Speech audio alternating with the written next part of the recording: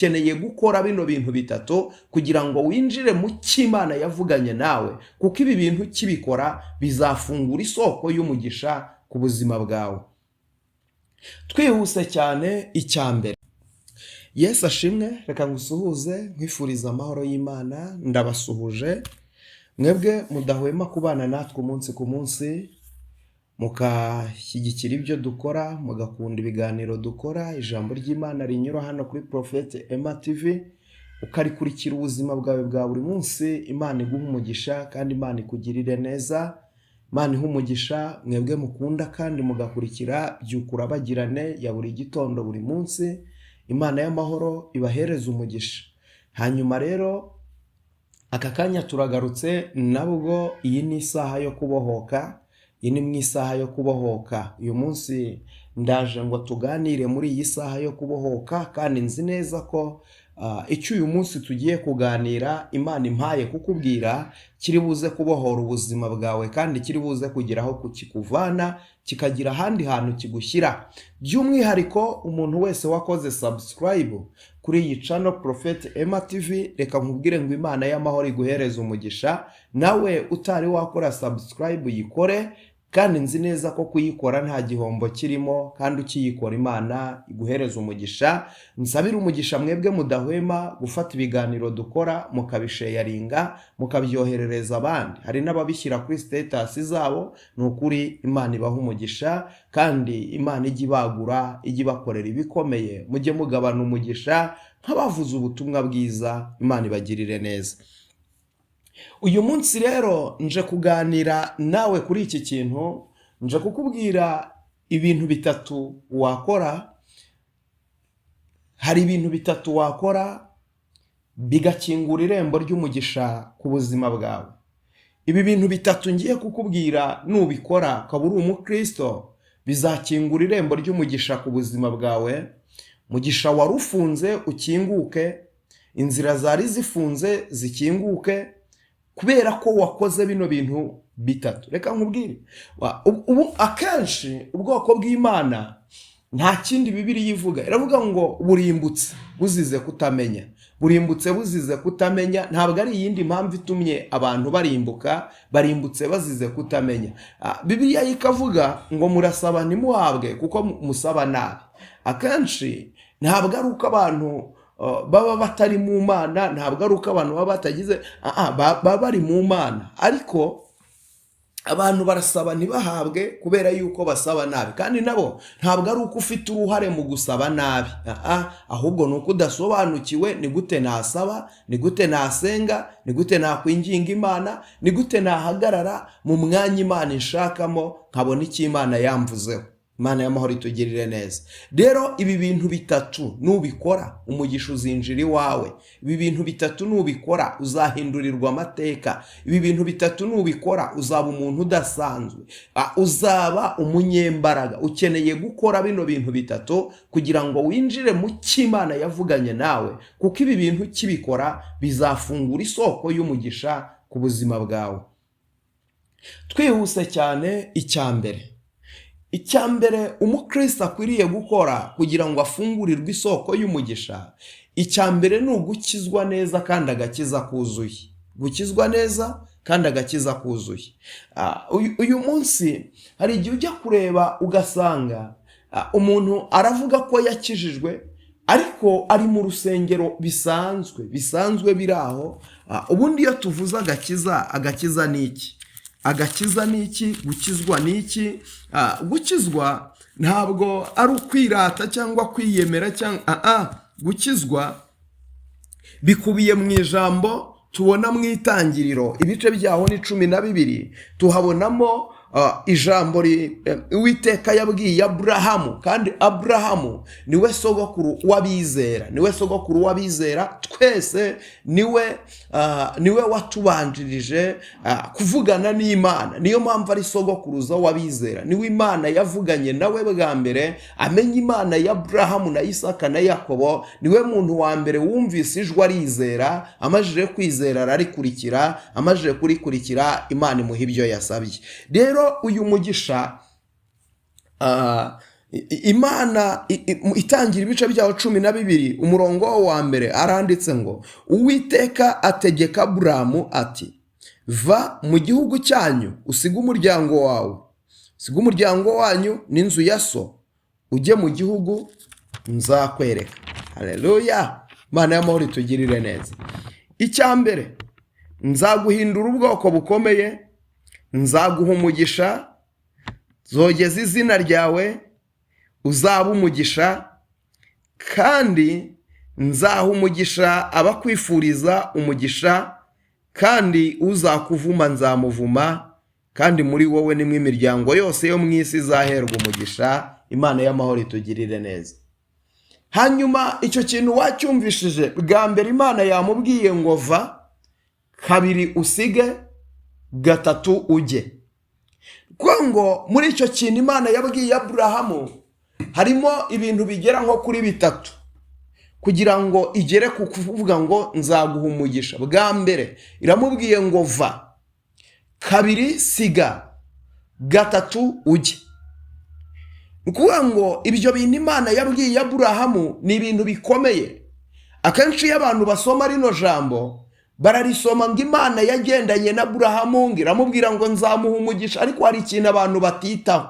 Yaramubwiye ngo va, usige, nurangiza ujye. Kuvuga ngo hari icyo bita kuva, hakaba n'icyo bita kujya, hakaba n'icyo bita kuva, gusiga, kujya. Umukristo rero akwiriye gusiga. Ukwiriye gusiga kuvuga ngo ukaba ukijijwe kandi ukaba warasize, ugasiga rwose. Kuvuga ngo ukagira aho uva, ukagira ahandi hantu uva. Umunsi wa none ukavuga ngo navuye mu busambanyi kandi mbuvamo mbuvuyemo. Yes, hari igihe ujya kureba ugasanga umuntu arakubwira ngo navuye mu busambanyi ariko arikinisha. Ugasanga arakubwira ngo yavuye mu busambanyi ariko arareba amafoto y'urukozasoni. Akakubwira ngo yavuye mu busambanyi ariko uyu munsi wa none arara mu magambo y'ubusambanyi. Ibyo byose ni ingeso zidakwiriye umukristo, kuko umukristo ukwiriye kugira ingeso n'imico n'imyifatire by'Imana ishobora byose, kuko Imana irakiranuka. Mu gukiranuka kwayo rero ntabwo ijya ihinduka. Imana ntihinduka, uko yari iri kera n'uyu munsi niko ikiri. Rero ukwiriye kugira ingeso nziza, ukwiriye kugira imyifatire myiza. Ukuvuga ngo hari aho navuye, mva mu bubata bwa Satani, ndeka ubusambanyi, ndeka ubujura, ndeka ubwibone, ndeka kwishyira hejuru, ndeka kwiyemera, ndeka kwihimbaza, ncishwa bugufi kugira ngo Imana yanjye ishyirwe hejuru. Ndangije njya aho Imana ishaka. Haleluya. Ndangije ngo navuye mu busambanyi, ndeka, navuye mu bujura, ndabireka. Ubundi kwihana icyaha kwiza ni ukukihana kandi ukakireka. Naho kukihana ejo ukagisubiramo ntabwo uba ukihannye. Kwihana icyaha ni ukureka. Niyo mpamvu va, warangiza ugasiga. Va, usige. Icyaha kandi, icyaha ntabwo bagisengera, icyaha baragihunga. Icyaha uragihunga ukajya kure y'icyaha. Icyaha uragihunga ukiruka ukajya kure. Ukajya kure, icyaha uragihunga. Ntabwo ugenda usanga icyaha uragihunga. Icyaha ukagihunga ukajya kure yacyo, ukirukanka ukajya kure yacyo. Imana y'amahoro itugirire neza. Hanyuma rero icyanyuma ngo warangiza ukajya aho Imana igushaka. Imana iribwira Aburahamu, va, usige karande z'iwanyu, bigirwamana bya so, usige umuryango wawe, usige uwo nguwo waterekeraga, uwo nguwo wabandwaga, uwusige.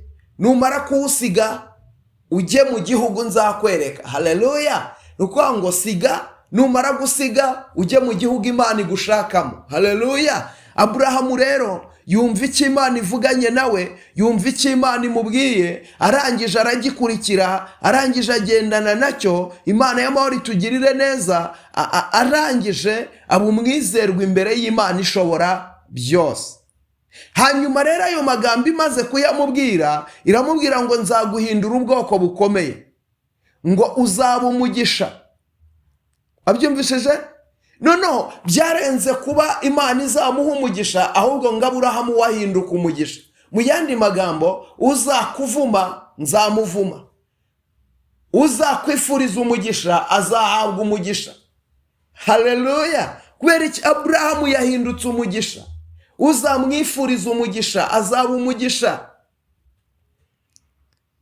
Haleluya! Uzamwifuriza umugisha azaba umugisha. Imana y'amahoro itugirire neza. Hanyuma rero iyo umaze gukizwa neza, ukamara gukora iyo ntambwe ukayitera, hakurikiraho ikindi cya kabiri gifungura inzugi z'umugisha. Fungura isoko y'umugisha ni ugukora. Bibiliya iravuga ngo hahirwa umuntu udakurikiza imigambi y'ababi. Zaburi igice cya mbere. Ntahagararane n'abanyabyaha, ntiyicarane n'abakobanyi, ngo ahubwo amategeko y'Uwiteka ngo akaba ariyo yibwira ku manywa na nijoro. Uwazahwana n'igiti cyatewe hafi y'umugezi, cyera imbuto zacyo igihe cyacyo, ibibabi byacyo ntibyuma. Umva ukuntu hasi aravuga ngo uwo nguwo icyo azakora cyose kizamubera cyiza. Haleluya! Gutangira kwiga gukora, ugatangira gukora, ugakura amaboko mu mufuka ugakora. Ijambo ry'Imana riravuga ngo nzaha umugisha imirimo y'amaboko yawe. Ukagerageza. Hari igihe ujya mu bintu bikanga, ariko ntugacike intege ku nshuro ya mbere, ntugacike intege ku nshuro ya kabiri, ntugacike intege ku nshuro ya gatatu. Shobora kugerageza inshuro imwe bikanga, shobora kugerageza inshuro ebyiri bikanga, shobora kugerageza inshuro eshatu bikanga, ariko ku nshuro ya kane bigakunda. Abisirayeli bazengurutse Yeriko, barazenguruka, ngo ariko ngo bageze ku nshuro ya karindwi Yeriko irariduka. Ntabwo bacitse intege. Buriya umurokore, umukristo mwiza, n'udacika intege kandi mu bintu byose. Ntacika intege mu gusenga, ntacika intege mu byo akora. Igihe cyose agahora yizeye ko Imana izamuha umugisha, kandi agahora yizeye ko isaha iyo ari yo yose urugi rw'umugisha ruzamukingukira. Byanze bikunze, hari igihe ujya mu bintu ukabikora ukabona nta shusho bifite, ukabijyamo rwose ukabona ntaho byerekera, ukabikora ukabona ntibikunda. Ariko ibi bintu wibitera umugongo. Wijya mu bintu uyu munsi ngo ejo ubivemo, wijya mu bintu uyu munsi ngo ejo ucike intege, wijya mu bintu uyu munsi ngo ejo usange ntabwo birimo. Jya mu bintu bigumemo, jya mu bintu biturizemo, jya mu bintu byicaremo, bijyemo, bitangira ari bito, kimwe cyangwa fata ikindi. Uzagerageze mpaka uzagera ku rwego umugisha wawuza, kubera yuko washikamye ugahagarara ugakomera. Warashikamye urahagarara urakomera, ntiwacika intege, uragumya, urakomeza, urapushinga, komeza. Igihe cyose jya uganira n'umutima wawe, muri wowe uvuga uti, niba wumva ibirenge ari byo binaniwe, bwira ibirenge byawe uti, birenge byanjye indi ntambwe wayitera. Ubwira umutima wawe uti, mutima wanjye indi ntambwe wayitera. Hari indi ntambwe watera, wicika intege, wirambara ruvuge ngo biranze. Hahandi ubona usigariye kuri zeru. Umukristo w'Imana, umukiranutsi w'Imana, Imana ihera kuri zeru ikongera ikamuhagurutsa.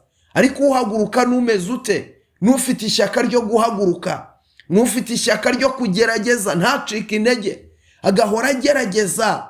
Bya bindi ubona kimwe kikanga ukakihambiraho, kikanga ukongera ukakizirikaho, ukabona ntibikunda ukongera, abantu bakakwanga ariko ntucike intege. Nubwo bakwanga ariko Imana iragukunda, ntucike intege.